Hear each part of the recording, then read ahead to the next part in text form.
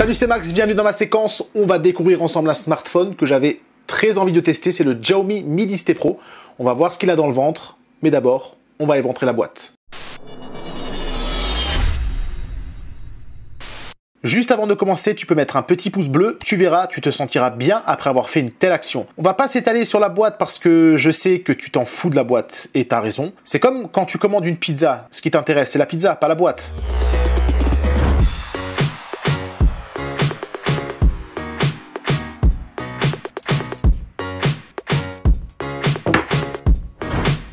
Allez, on ouvre, c'est parti. Ça fait plaisir. C'est un petit adaptateur jack vers USB-C pour pouvoir brancher un casque audio ou bien un micro. Voilà les traditionnels petits livrets que personne ne lit. Ça doit être dur quand même pour les gens, tu sais, qui les rédigent. Puis, nous avons le fameux petit outil qui va nous servir à insérer la carte SIM dans le smartphone et qui peut te servir éventuellement à te curer les dents.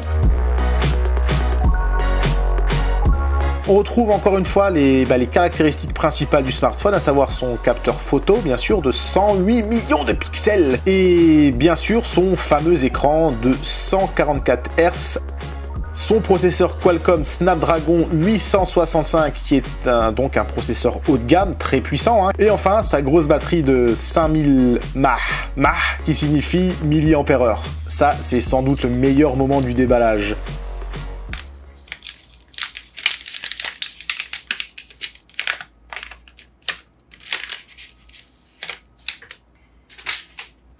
Je suis très étonné, je m'attendais à un dos tout lisse et brillant, c'est ce que j'avais cru voir sur les photos, et en fait il est rugueux, c'est du verre poli, il est poli le verre, je dis pas de gros mots. La sensation est très semblable à celle d'un iPhone 11 Pro, par contre il y a une sale étiquette, mais il faut apparemment la garder précieusement, ça peut servir pour la garantie. C'est une étiquette qu'on peut enlever très facilement pour la coller ailleurs. Moi je pense que je vais la coller sur la boîte. En tout cas, je trouve le dos très joli, même le rectangle avec les capteurs photo, je trouve que c'est très propre. La prise en main, elle est agréable par rapport à mon iPhone 11 Pro Max, car en fait, l'écran ici est plus long et moins large que sur l'iPhone, ce qui fait qu'il tient mieux en main. Et pour finir, on a un chargeur rapide en USB-C, bien évidemment. Et maintenant, on va l'allumer, le configurer, et on va se téléporter à dans quelques jours. Ça fait maintenant plus d'une semaine que j'utilise quotidiennement ce Mi 10T Pro. Alors bien sûr, je vais te donner mes impressions, mais d'abord, j'aimerais quand même te rappeler les spécifications de ce smartphone. Le Mi 10T Pro, tout comme son petit frère le Mi 10T classique, a été présenté par Xiaomi le 30 septembre 2020. Et il succède au Xiaomi Mi 10 tout court. C'est un grand smartphone, ce Mi 10T Pro, grand par la taille, mais grand aussi par la puissance et les capacités. On va dire que c'est un smartphone pour ceux qui en veulent beaucoup, pour ceux qui ont une utilisation poussée de leur smartphone. Il a donc un grand écran de 6,67 pouces avec une résolution Full HD+.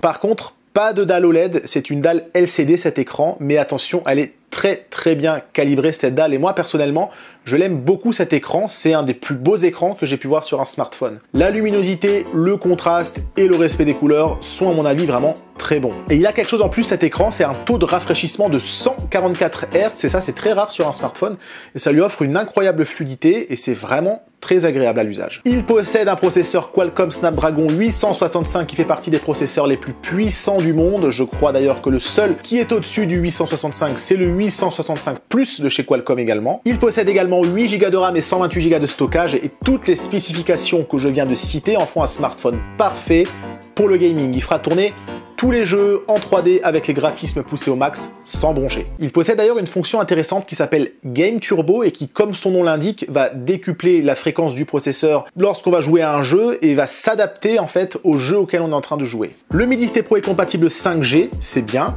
Un smartphone de nos jours, on va le garder entre 2 et 5 ans, donc c'est intelligent si on change de smartphone maintenant d'investir dans un terminal 5G puisque la 5G va se démocratiser dans les mois et les années à venir. Et maintenant, venons-en à la partie qui moi m'intéresse le plus en tant que professionnel de l'image, c'est la partie photo-vidéo.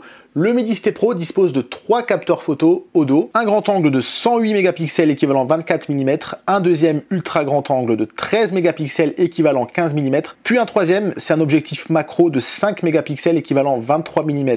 La photo macro, si tu sais pas ce que c'est le fait de photographier quelque chose de très près avec un fort niveau de détail. Là par exemple, on a la photo macro, d'un macro. C'est pas drôle, coupe-moi ça. Le Midi ST Pro peut filmer en 8K à 30 images secondes et en 4K à 60 images secondes. Et bien sûr, on va retrouver un capteur à l'avant de type poinçon, de 20 millions de pixels celui-là, qui va pouvoir filmer uniquement en Full HD. Le smartphone dispose de haut-parleurs stéréo placés en haut et en bas de l'appareil. Au niveau du système d'exploitation, ce Midi ST Pro fonctionne sous Android 10 et il embarque la surcouche MI 12 de Xiaomi. Cette surcouche rappelle beaucoup iOS et pour moi c'est une bonne chose. Pour déverrouiller ce smartphone, nous avons un capteur digital sur la tranche et non pas sur la tronche. Il possède aussi un système de reconnaissance faciale 2D qui n'est pas activé par défaut.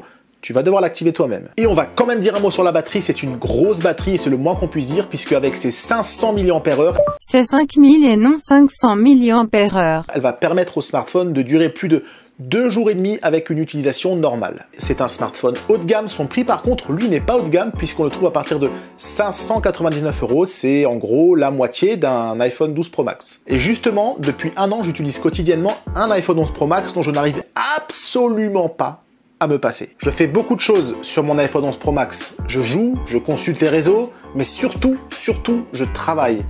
Je gère mon emploi du temps, mes tâches, mes notes, je fais des photos et même je réalise des vidéos. Quand je dis que je réalise des vidéos, ça veut dire qu'il m'arrive de produire une vidéo de A à Z entièrement sur mon iPhone. Je vais la rédiger sur mon application Notes, je vais la tourner avec l'application Filmic Pro, puis je vais la monter avec l'application LumaFusion. Il m'arrive aussi de faire des shootings photos avec mon iPhone que je vais retoucher directement sur l'application mobile Lightroom. Alors la grande question c'est, serais-je prêt à quitter mon iPhone 11 Pro Max pour le remplacer par ce Xiaomi Midi ST Pro? Est-il à la hauteur d'un iPhone? Alors en termes de qualité, de plaisir d'utilisation, de puissance, oui, clairement, il peut aisément remplacer mon iPhone 11 Pro Max. D'ailleurs, ce Midi ST Pro, je le trouve même plus agréable à utiliser que mon iPhone. Donc pour une utilisation de loisir, oui, il peut aisément remplacer un iPhone. Mais est-ce que je serais capable de travailler avec ce Midi ST Pro? Est-ce que je serais capable de produire du contenu, photo ou vidéo? Et pour ça, j'ai profité d'une petite promenade à la frontière allemande pour faire quelques photos et vidéos et tester ce smartphone. Et voici une photo que j'ai prise au lever du soleil avec l'objectif principal, celui de 108 mégapixels. Et le résultat est plutôt pas mal, voire même très bon pour une photo prise comme ça à la volée, sans préparation ni retouche. Le piqué est bon, il n'y a pas de grain ni de lissage, franchement le résultat est très correct. Parlons maintenant du mode portrait, et là aussi je trouve que c'est plutôt pas mal, le détourage est bien fait, le bokeh est plutôt propre, les couleurs sont naturelles, un peu comme sur les iPhones, et ça pour moi c'est un gros point positif. Par contre, il y a un petit problème, c'est que le mode portrait a tendance à déformer un petit peu les visages. T'es con.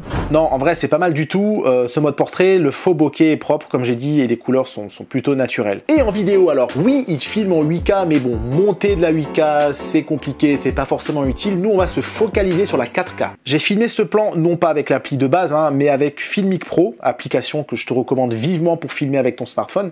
Et là aussi, je suis globalement satisfait. Le piqué est très bon, les couleurs sont plutôt naturelles. Par contre, la plage dynamique est bien meilleure sur mon iPhone, tout comme la stabilisation. Mais dans l'ensemble, c'est vraiment pas mal. J'ai fait le choix de vous montrer des photos et vidéos capturées uniquement avec le capteur principal, celui de 108 millions de pixels, et non pas avec le capteur macro, parce que franchement, à part shooter des insectes en gros plan, je vois pas trop ce qu'on peut faire avec ça. Et quant au capteur très grand angle, on va être clair, en situation de basse lumière, c'est totalement inutilisable. L'image est pleine de grains, pleine de lissage, c'est vraiment pas beau. Après, ça c'est un problème qu'on va retrouver sur la plupart des capteurs très grand angle des smartphones.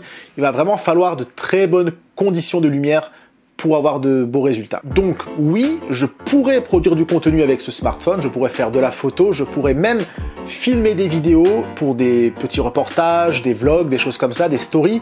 Alors j'ai bien dit filmer et pas réaliser une vidéo parce que pour l'instant, malheureusement, il n'y a pas encore d'application potable de montage vidéo sur Android. Ça serait vraiment bien que LumaFusion arrive sur Android. Pour la photo, par contre, toute la suite Adobe est disponible sur Android, notamment Lightroom, qui est une excellente application pour retoucher comme ça ses photos sur mobile. Et bien entendu, avec ce smartphone, on peut gérer toutes les autres tâches professionnelles que sont la gestion d'agenda, de notes, de tâches, etc. Là-dessus, il n'y a absolument aucun problème. En conclusion, ce smartphone a un excellent, mais vraiment un excellent rapport qualité-prix. Je rappelle qu'il coûte moins de 600 €. Je ne peux que te le conseiller, comme je peux que te conseiller également le Midi ST Pro classique, qui est quasiment le même que le Midi ST Pro. Je crois qu'il y a juste l'objectif principal qui a moins de mégapixels, et il me semble aussi qu'il y a un stockage 64 Go disponible au lieu de 128 de base, et 6 Go de RAM à la place de 8 Go de base. Et alors la grande question, est-ce que je serai capable de remplacer mon iPhone 11 Pro Max par ce Medisté Pro? Trop tôt pour le dire, mais de toute façon, pour le moment, je vais garder les deux. Il m'en faut deux, un pour le personnel, un pour le professionnel, et pour l'instant, c'est mon iPhone 11 Pro Max qui restera mon smartphone professionnel. Je te remercie d'avoir regardé cette vidéo jusqu'au bout, et surtout, n'hésite pas, mais vraiment, n'hésite pas à lâcher des commentaires et à prolonger le débat, à parler de ton expérience, à me dire si ce smartphone t'intéresse, si un autre smartphone t'intéresse, et aussi, n'hésite pas à lâcher un petit pouce bleu. C'était Max, à très bientôt, ciao!